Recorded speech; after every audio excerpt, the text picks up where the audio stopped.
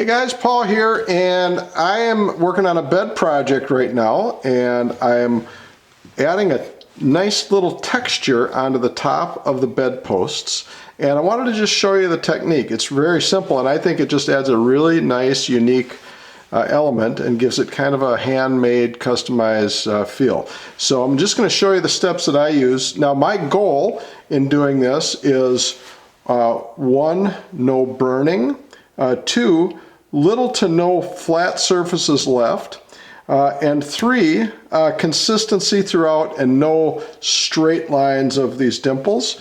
And so what I use as a tool is just a very homely old Dremel knockoff tool that I don't use for much. This and maybe cutting off a nail or a screw once in a while, but other than that, I'll just do a little detailing like this. This I think is a 3/16 inch burr. It's carbide, which adds a lot of longevity to it. And all I'm going to do is just try and have control of it as best I can. I've got it running at the slowest speed, down to a 1 on a scale of 6 or 7 or something like that. So slow speed so it doesn't burn. Like literally if I turn this up to 2 or 3, even at that speed it will start to burn. So down at 1 works great, and I'm going to just rock this gently back and forth and try to randomize the pattern, and I'm plunging it no more than maybe a 1/16 of an inch in, but you can experiment. And then I'm overlapping the dimples, like I said, as much as possible, so I'm not leaving any large flat surfaces behind. I think that kind of cheapens the look, so as much non-flat as possible.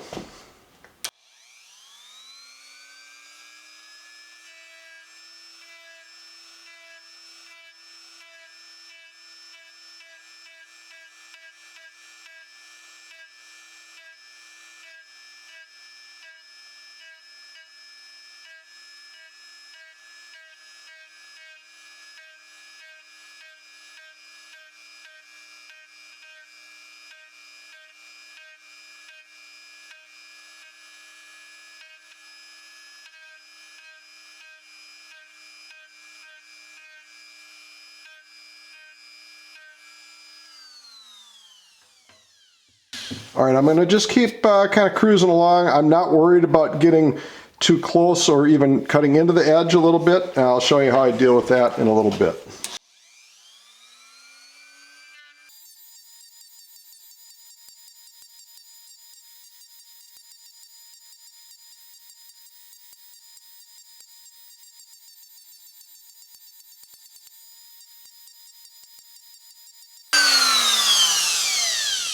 All right, so you can see that this hand is fixed, and I've got a light grip, and I'm using my right hand to just rock and create a rocking action on it, and it's just working great.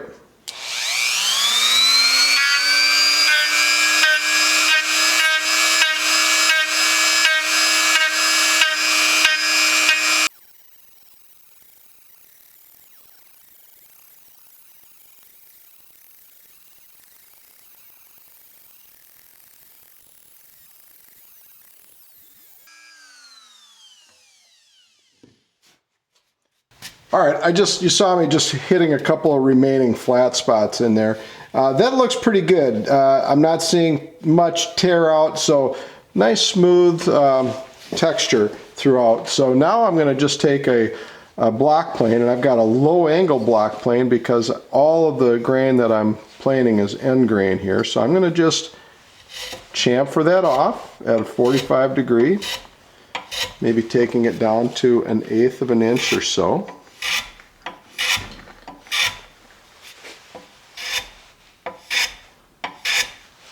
And that just kind of sweetens up the edge.